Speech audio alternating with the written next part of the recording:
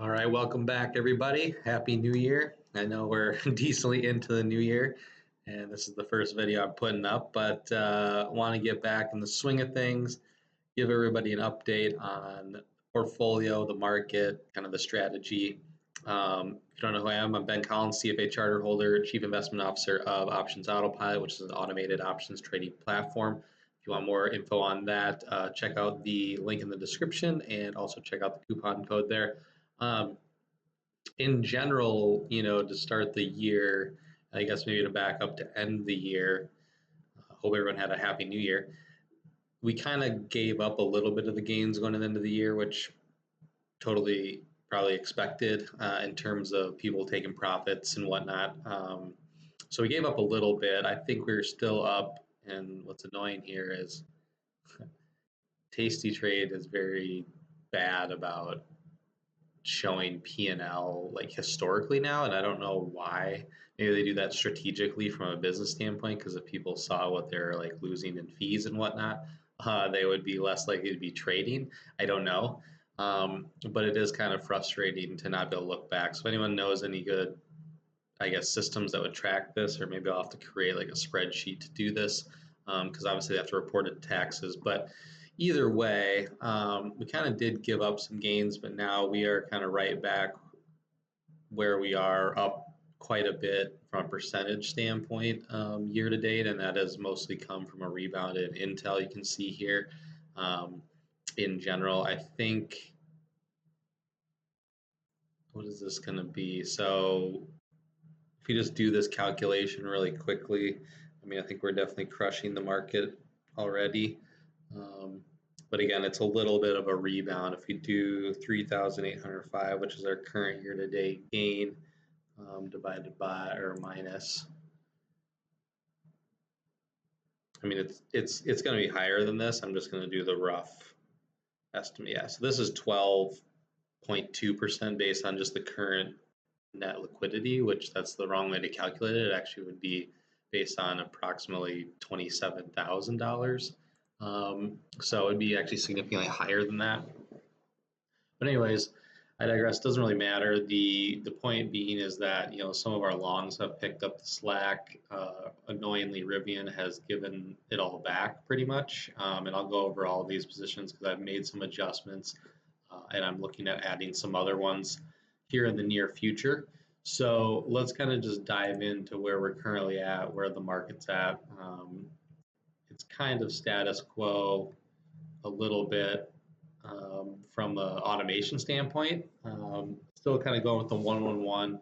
You can see, from the automation year to date, not much has happened. The market's kind of been just sitting around, going up a little bit, and the automations have just been running. So you can see currently still have the IBIT, Bitcoin ETF put spread running. I think lifetime it's not up. I mean, last year was interesting in terms of how it was up at one point, then kind of gave it back. Lifetime it's down. I think I'm currently flat or a little bit up on those positions. So otherwise, we just have the typical 4 1-1-1 strategies that I said I was running on MES. Once we get a few more, hopefully, wins under our belt, I'll probably look to increase. I'm still on the mission of paying my rent $3,015 a month on 30,000. I know that's insane, and I don't recommend doing that. This is just part of my capital, so I just want to prove this as a potential solution for paying rent or paying an expense. But the issue is that we basically have to get enough positions on, and right now they kind of naturally closed into the end of the year, so we don't have a ton on. We only have 2 on here, 2 here, 2 here. So I mean, technically it is 7 positions on, but we basically need to get up to 20 to 30 positions for it to be hitting our target of 3,000 a month. And the reason that is, again, is you're going to be making approximately 10 to 12% on your margin for futures options. So if you're unclear on that, you can watch some of our other videos or sign up for Options Autopilot, and we kind of go over a bunch of that stuff. on there, but kind of status quo, fairly well diversified across, the expirations. I added the 120-day DTE and the 100-day DTE just to try and give a little bit of diversification there in general. So that's pretty much been how it is. Year to date, pretty boring, but also pretty stable.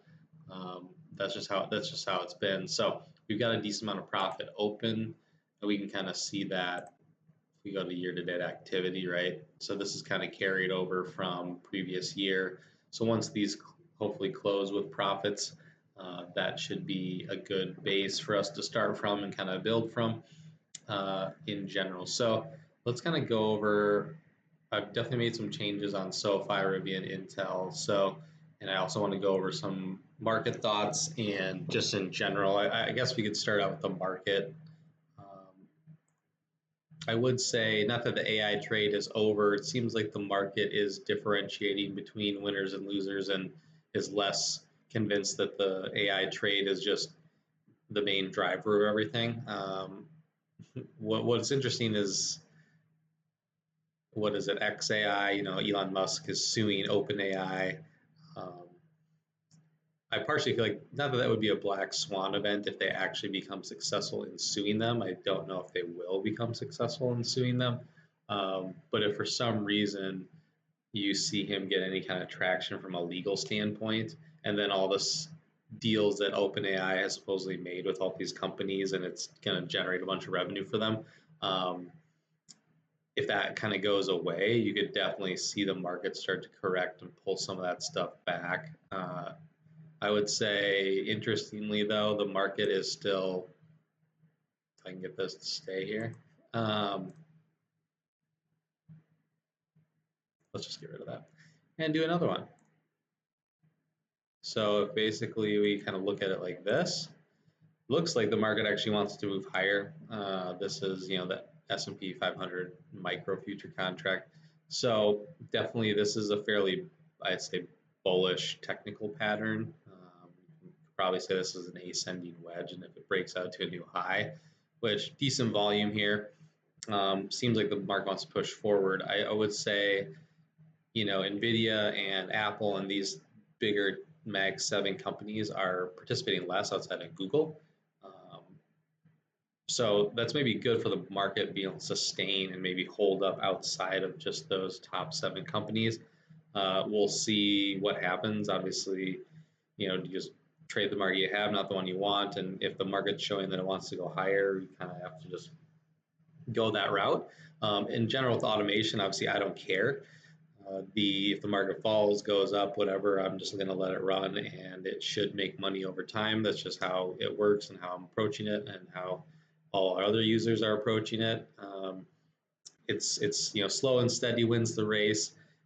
Individual smaller position is better, and then more positions is better, just because, again, diversification, and any one position doesn't kill you in general if you get stopped out.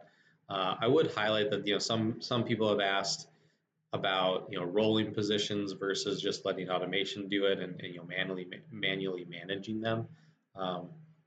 What I told them is, in my opinion, rolling is the same as taking a loss and opening a new position.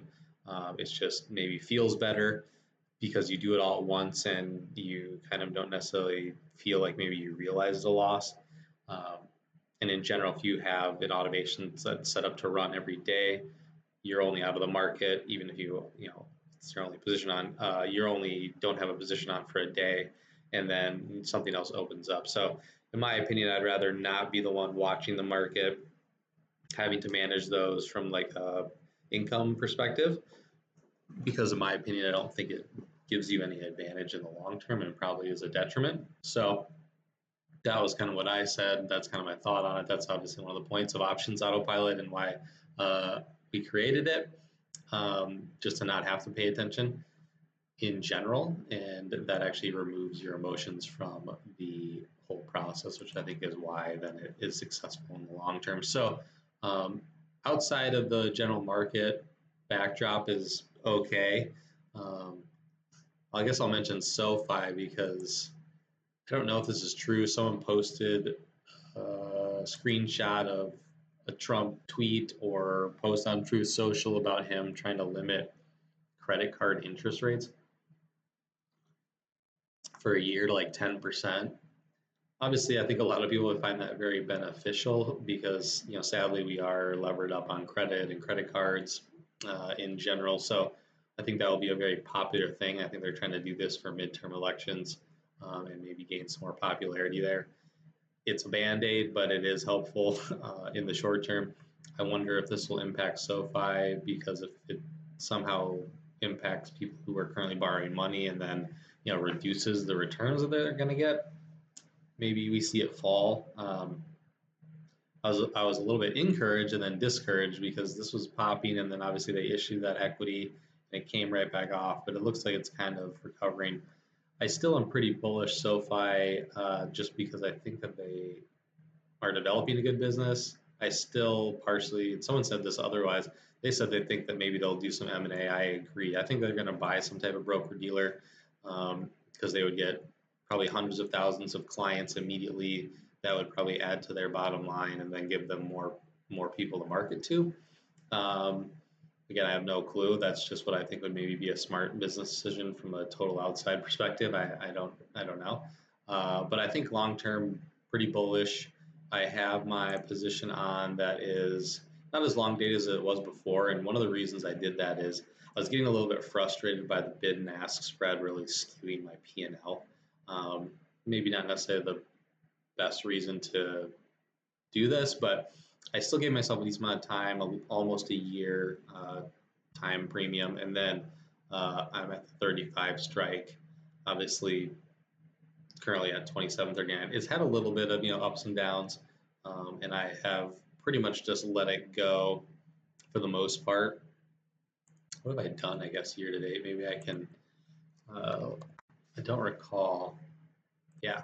So I've only just had and held this position. I think I'm going to hold it. If it breaks above 30, I'm going to add to it. I'll probably double my position. So the reason I'm choosing 30 is because I think that this was where they issued the equity and it kind of sold off. So if for some reason the market is back wanting to own it above that, I'm probably going to add to my position. That's my current strategy in general. Again, I'm trying to be disciplined, and we're working on adding some type of automated progressive positioning with options autopilot, which I think would be kind of a game changer for a lot of people trying to make directional position bets, or I guess kind of investments via options. RIVN has been a frustration. What did I do with RIVN? I actually reduced my position recently. In general, you can see it's down year to date. If you recall, it was actually up $3,000. It's almost come back to pretty much. I think it came back to break even because I gave up a decent amount into the end of the year. So now it's just showing P&L open. I think that's pretty much what I was at, or what I'm at currently. It was up about $3,000, and I thought it was really gonna go. If we kind of look at that chart here, see, this was really feeling like it was breaking out. Now it's fully come back off. I still feel like this trend line is intact. It could continue. I'm a little bit less bullish on the backdrop and the potential news to be positive for RIVN. I still think they have really great vehicles, and the R2 will be popular. But you see there's a lot of unfortunate, I guess, headwinds from the administration side. Obviously, you lose the EV credits. They're kind of pushing a bunch of stuff that's, not EV related in general. But I think the company is good. Automation sounds kind of good, but I have yet to see anything real substantial there. So I did reduce. I had 14 contracts, reduced 4 of them, so I'm down to 10 again. I think I will not add back until it makes a new high. If it does, if it breaks below this level, I'm going to fully exit the position, just because I think that's just going to be a pretty big signal of it, the market not really wanting to own that stock at that point. Intel has picked up. That's been a little bit choppy, but obviously now it's gotten a bit again. It's a little bit frustrating to feel like you basically have to hang on the tweets of the president and the government's choosing winners and losers here in the stock market. But like I said before, you trade the market you have, not the one you want. So this is kind of how it is. They did talk about it. Obviously, it popped and then kind of sold off. I did add to my position there. So I actually did a little bit of, I was fairly active already this year in Intel. And I'll kind of go over again. Similar, if you've been watching and if you appreciate this, subscribe. I'm kind of going over what I was doing. Oh, transactions. I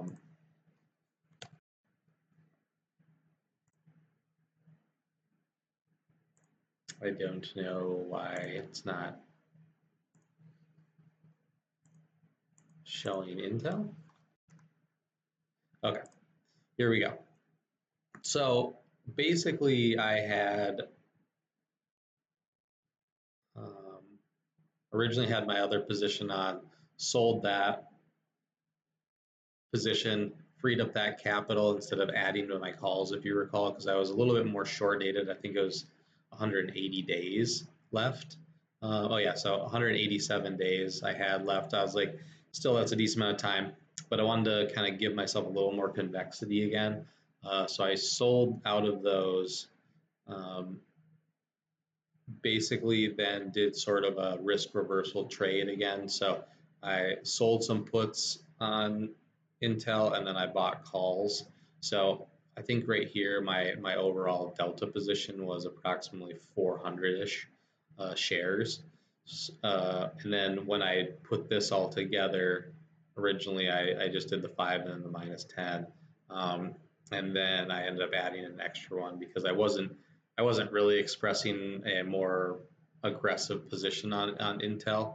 But so now you can see my effective delta is 529 shares. So I am trying to express more of a bullish position because you can kind of see that the market is telling you it wants to go higher with Intel. You know, the only good thing about the president or the administration kind of trying to pick winners and losers, they don't want to actually probably lose money and they want to look very smart. That's kind of been part of the thesis outside of it having a lot of potential. So I think you're going to see more of the same. And if something else really comes to fruition here, I think, again, the hope was long term that this was going to go back to 60, right? At least. I still think that that's possible. So that's kind of my this year thesis. If we can really get some movement upward, that would be great. I mean, it's some crazy stuff could happen and it could really start to go, but you can definitely see there's some potential there in general. So that's how I'm expressing that with Intel. I will add to that if it starts to break out higher. Again, I kind of want to come up with a way to automate this in general. If I get up a little bit more in terms of, again, I'm usually approaching it with, if I'm getting up a certain amount of profit, then I will add that equivalent profit to my position. So you saw that I sold approximately like $3,300 worth of premium for these puts. So effectively, I'm already up more than $3,300. I am kind of making the bet that I don't think it's going to go back below $35 this year. So if I can collect that entire premium, I could give up this entire profit as long as it doesn't go below 35. I still keep all that profit, and then I'm kind of adding an equivalent. I think that this position is worth about $4,000. So again, I'm just trying to manage these things where if this goes away, it would have to be this entire position basically becoming worthless, and then also it would have to be fully breaking down and going in the money for these positions. So this is just how I'm approaching my risk management. So don't focus on, I guess, the individual positions themselves or the stocks, and again, don't even do anything that I'm doing. This is just for educational purposes, but the risk management is how I think you differentiate yourself long term and how you actually achieve success. So just a lot of people YOLO. I wouldn't necessarily YOLO. I don't think you need to do that. You just basically need to take a slow risk managed approach. and just look at how I'm basically trying to almost never lose money once I'm up money, but I'm also then trying to make more money on that once I have a profit. So that is how I'm approaching it. In general, I'm not really doing any of the other automations. I mean, again, gold has been ripping. Bitcoin's been soft. Oops. I think that gold's probably just going to hang out. I don't think it's going to do much. Bitcoin, again, I think still long-term tailwinds are there. It'd be interesting to see what happens. You know, MicroStrategy, I don't think has recovered. No. So obviously it's had a little bit more exaggerated move to the downside, which makes sense because it is levered, but still holding in there for the most part. People don't seem to be too concerned at the moment. So maybe it's catching a base here. In general, I'm just going to leave the put credit spread automation on for Bitcoin ETF. At a certain point, maybe I would do the risk reversal automation that we have, which would be, you know, selling puts, buying call spreads. I think we'd have to get a pretty more extreme move to the downside for me to want to do that. Oklo, I wanted to get into this position, sadly kind of missed the boat, but it has popped again on some Trump comments in general. I think that it had broken this uptrend though, and it's technically right back at this trend.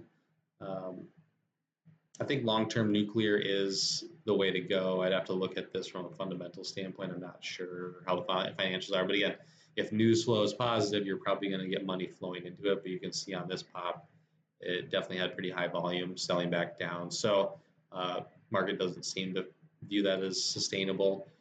I will probably approach this similarly to how I have on others. If I take a long position, it's going to be most likely, you know, starting out small, adding if I get up in general.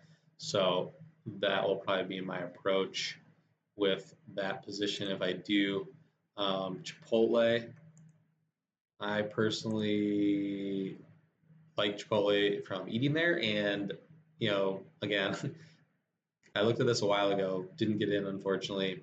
I think this could be a longer term recovery play. The market seems to really be pushing, you know, high protein. There's a lot of good merits there, but obviously now the food industry is in general more pushing that. And I think the Chipotle is doing a good job pushing that. Again, amateur outside opinion, my thought processes, and maybe they're already doing this, I don't even know. I'm not really a Chipotle rewards member, but all the kind of meal prep and meal, I guess, distribution companies that I see, like Factor and all these things, I think that Chipotle could easily enter that market and get almost like a subscription-based fee for a lot of their revenue if they approach it that way.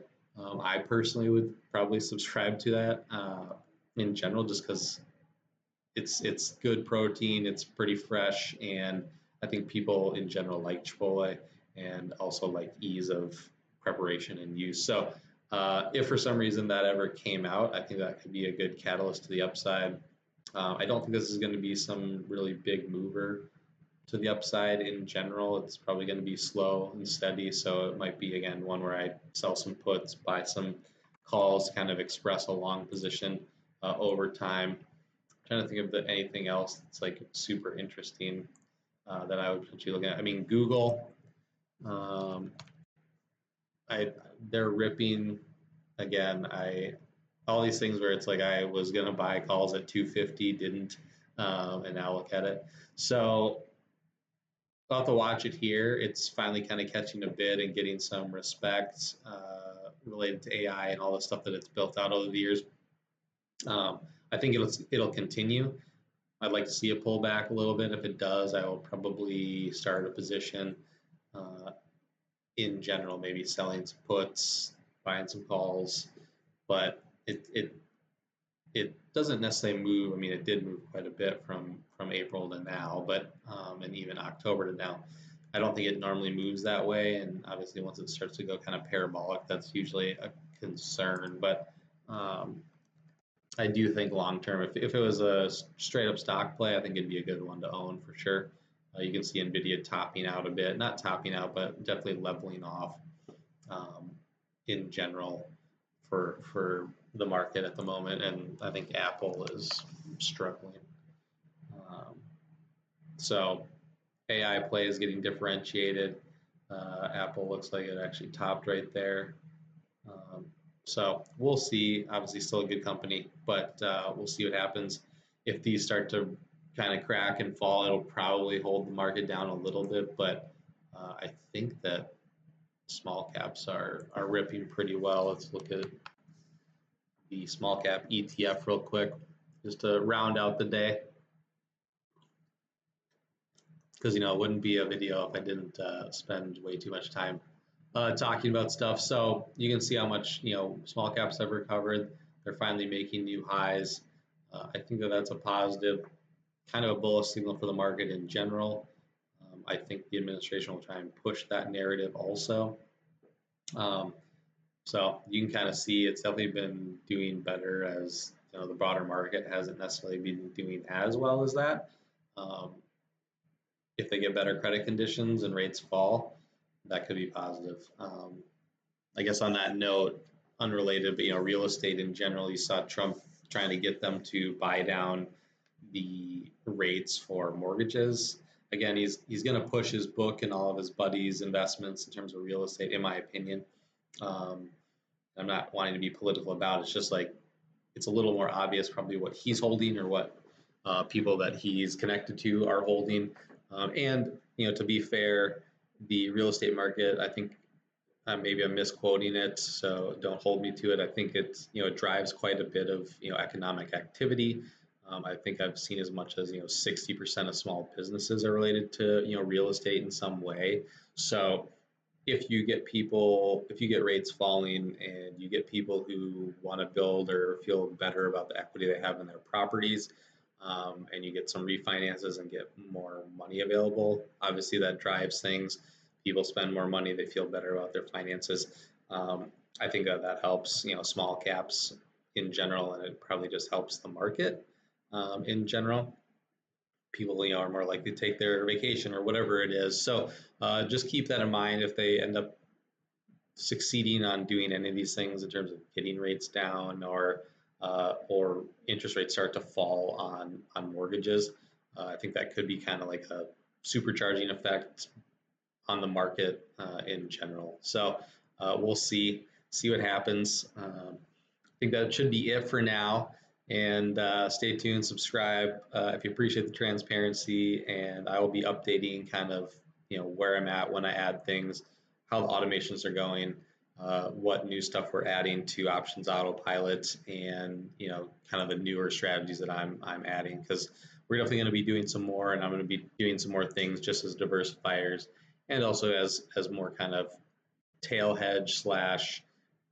Not that the 111s are directional, but they are pretty short vega, and so I kind of want to do something that's a little more neutral vega, but still has the ability to generate some good income. So stay tuned for that, and we will talk soon. Happy trading.